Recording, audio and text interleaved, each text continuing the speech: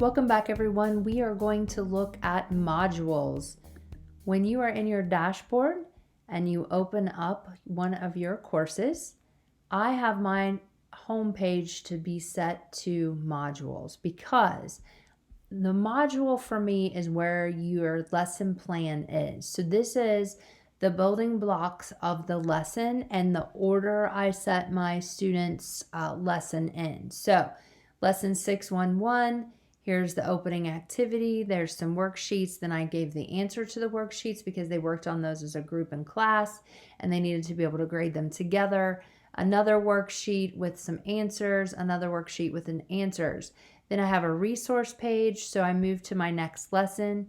I have a resource page, a couple of resource pages. Here's my notes. So when you look at the notes, you can see that students are able to just open those up. They also can download those if they click them here and it pulls the entire page open. You can see these notes. And then also you have a next button in the modules to where you can click to be in, move right on to the next activity in the module so that you can work all the way from the beginning to the end of that module or that lesson for the day. So then when I'm in my modules, so let me go back home. You see that you can add a module, and when you do that, you give it a title, and then you're able to hit the plus button. When you hit the plus button, you're able to add information to that. So you can choose any of these options that are over here. So your drop-down menu gives you an assignment, a quiz, a file, a page, discussion, or a text header, which is just what I use to break up my lessons.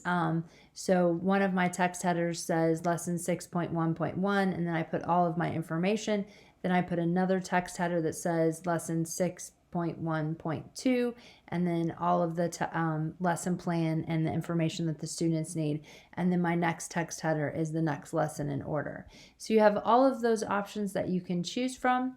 You can choose to indent in the module in one indentation, 2 or 3 levels of indentation.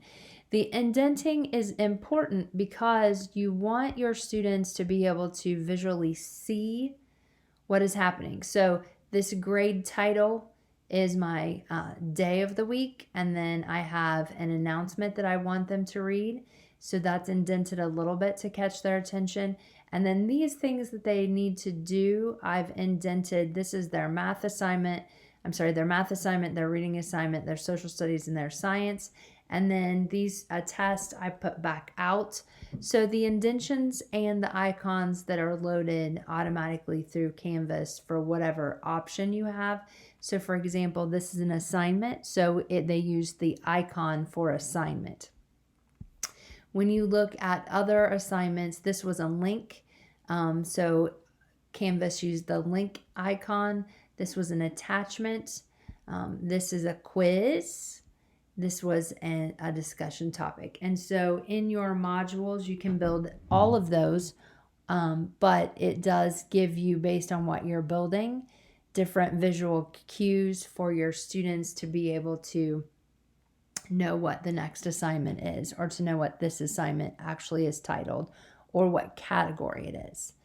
Okay, try to open up some modules and add a module, and then once you've added the module, you can give it a name, add the module, and then build some of the different activities inside of that using the plus in order to add assignments or activities underneath that day's assignment or that lesson in the chapter's assignment.